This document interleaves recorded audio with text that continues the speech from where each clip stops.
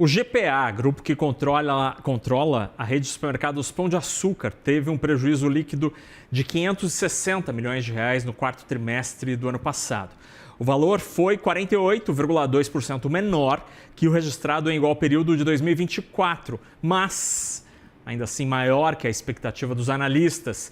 Segundo o GPA, o EBITDA ficou em 510 milhões de reais, uma alta de 2,5%. Analistas esperavam um prejuízo menor de 314 milhões de reais e um EBITDA também menor de 466 milhões. Em nota, o GPA afirmou que os números refletem os primeiros impactos da agenda de eficiência adotada ao longo do ano passado. E no balanço, o GPA destaca uma situação complexa. Não há caixa suficiente para pagar os compromissos à frente. Por isso, a empresa reconhece que não sabe se vai continuar com as portas abertas.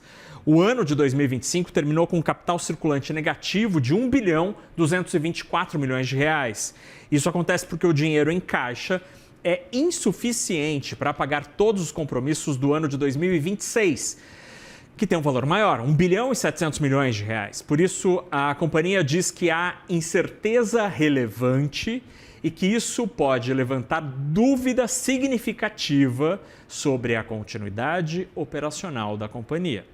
O balanço reconhece que houve melhora nos principais indicadores operacionais, mas que tudo isso foi insuficiente para tirar o GPA do prejuízo. Diante desse risco, a companhia diz que vem adotando um conjunto de medidas para tentar melhorar a situação. Entre as iniciativas estão a negociação para alongar a dívida, redução do custo financeiro e despesas, além da monetização de créditos tributários. A XP Investimentos acendeu um sinal de alerta para os números do Grupo Pão de Açúcar. Os analistas classificaram o quarto trimestre como fraco e destacaram o risco de continuidade operacional. O ponto central da preocupação, cita a XP, é o capital de giro negativo de 1 bilhão e 200 milhões de reais. Isso acontece porque o GPA tem 1 bilhão e 700 milhões de reais em dívidas ao longo dos próximos meses. O problema é que a companhia continua operando com prejuízo líquido, que dificulta o pagamento desses compromissos. Embora as margens e outros indicadores operacionais tenham melhorado por causa da eficiência da companhia, a geração de caixa continua sendo consumida pelos altos custos financeiros por causa do juro de 15%. Nas notas explicativas do balanço, a própria companhia admitiu essa incerteza sobre a operação. Para tentar reverter o cenário, a gestão tenta várias medidas, renegociar passivos e buscar dinheiro novo com a venda de créditos tributários.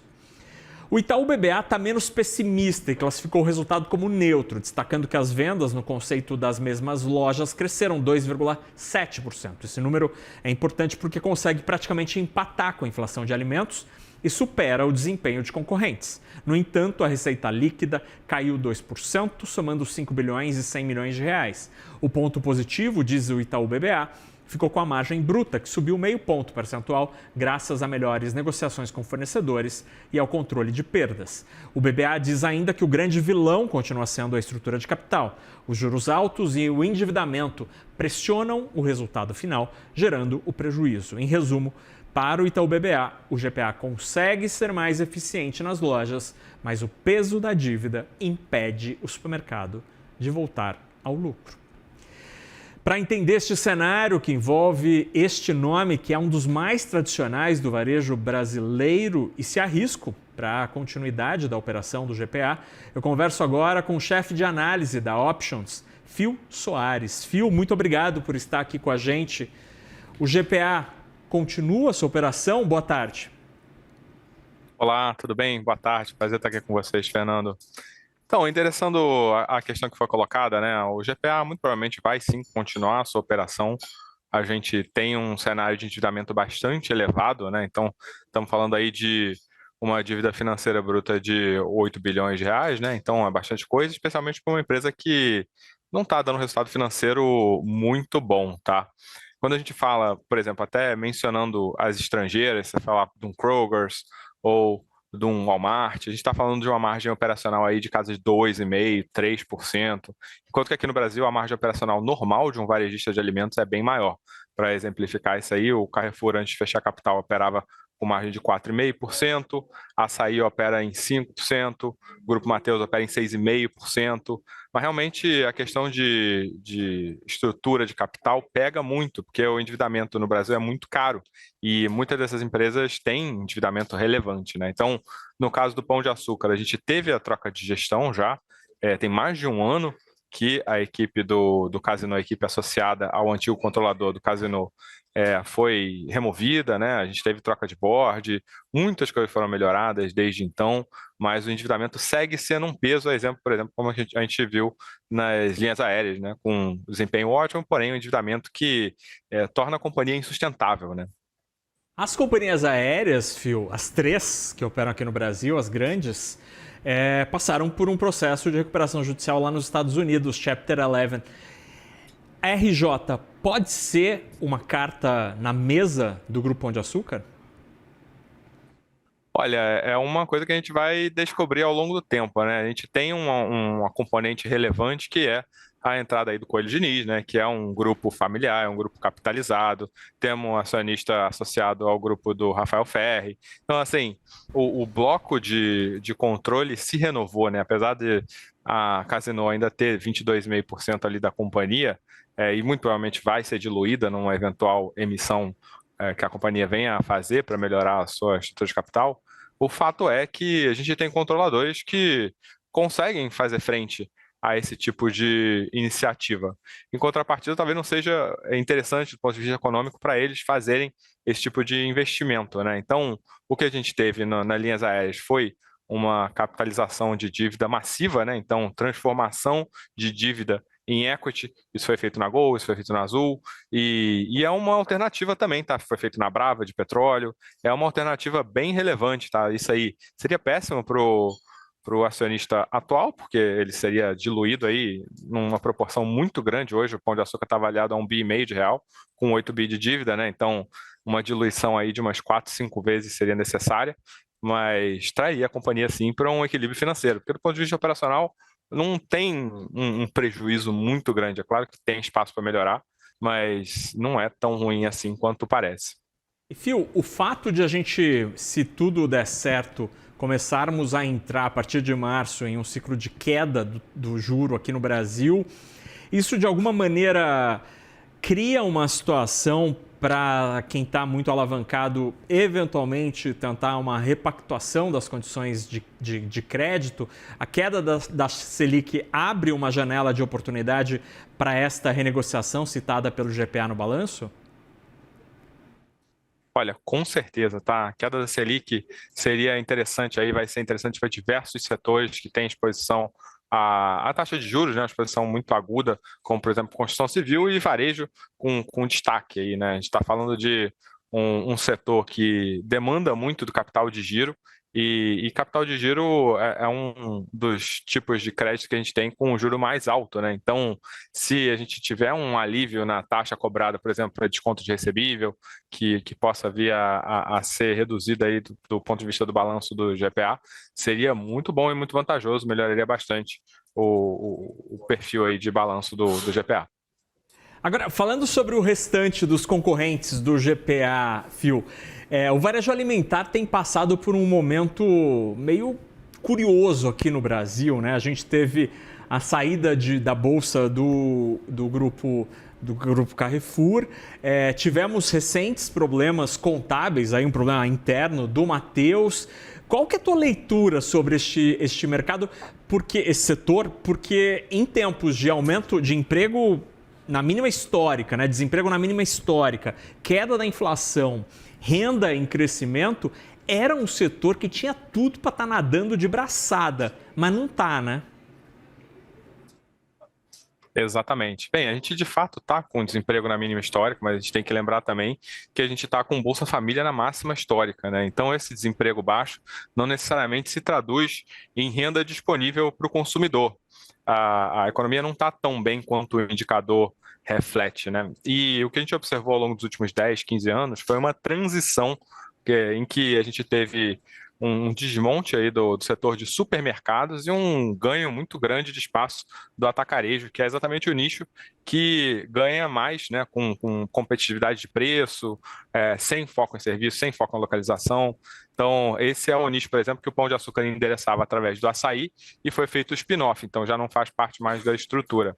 Então, hoje o modelo de supermercado sozinho é um desafio, tá? É um desafio, a gente observa várias redes indo mal, como por exemplo o San Marché aí em São Paulo, né? Ou o Natural da Terra, que acabou se juntando ao Americanas.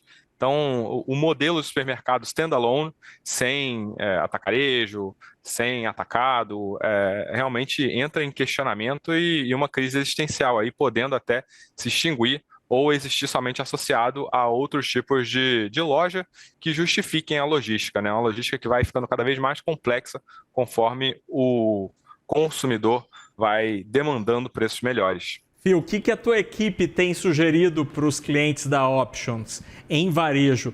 Tem algum papel que te parece mais atrativo? Que ativos te parecem com um olhar mais açucarado neste momento? Olha, bom você me perguntar, Fernando, porque a gente tem falado muito de Grupo Mateus recentemente. A gente começou a recomendar o Grupo Mateus, a compra aqui por parte dos nossos clientes, quando a ação estava na casa dos 4,80. Então a gente já embolsou uma valorização relevante e a gente vê muito espaço ainda para alta, porque é uma companhia que sempre operou a prêmio em relação aos seus pares, né, sendo o Açaí o principal par. E o advento que a gente teve da questão contábil, que foi divulgada aí na época do terceiro trimestre de 2025, não justifica, na nossa opinião, essa queda desse tamanho todo. Hoje o açaí negocia um pouco mais caro do que a metade do valor do... Perdão, o Gemate negocia um pouco mais caro do que a metade do valor do açaí. Então é uma distância de valor muito grande para uma questão contábil que realmente piora aí a margem do Grupo Mateus, em casa de 2% a margem bruta. Então, assim, é muito marginal o efeito, estamos falando de 130, 140 bilhões de reais. O que aconteceu foi uma crise de confiança, né? O mercado realmente quebrando a confiança dessa empresa que negociava a 15, 16 vezes o lucro e agora negocia 5 vezes. Então, um mispricing muito grande. A gente acredita que tem tudo para voltar ali para o 10, então muito espaço ainda para a valorização do Grupo Mateus. Uma das teses que a gente tem comentado mais aqui dentro de casa. Grupo Mateus, que aqui no centro-sul do Brasil a gente não conhece, mas é um grupo gigantesco no norte do Brasil. É uma empresa, uma das pouquíssimas empresas do norte do Brasil, do norte e nordeste, que tem capital na Bolsa brasileira, né? Tem sede lá em São Luís, no Maranhão, e tem loja para tudo quanto é estado. Tem algum outro nome fora do varejo alimentar que a Options, que a tua equipe gosta, olhando para têxtil, olhando para os outros segmentos do varejo? Olha, dentro de varejo, a gente também gosta bastante do case de Vivara, né? Que é um case que entra em questionamento a partir do momento que a prata praticamente triplica de valor, né? A gente teve uma disparada muito rápida do preço da prata e hoje é a fronteira de crescimento desse nicho, né? Então, a Vivara, através de uma loja menor, uma loja mais barata, com uma margem até maior, mas um ticket menor, né? Inicia, né, já está hoje 1/3 das vendas da Vivara são de Life, que é a marca mais em conta, né, da Vivara.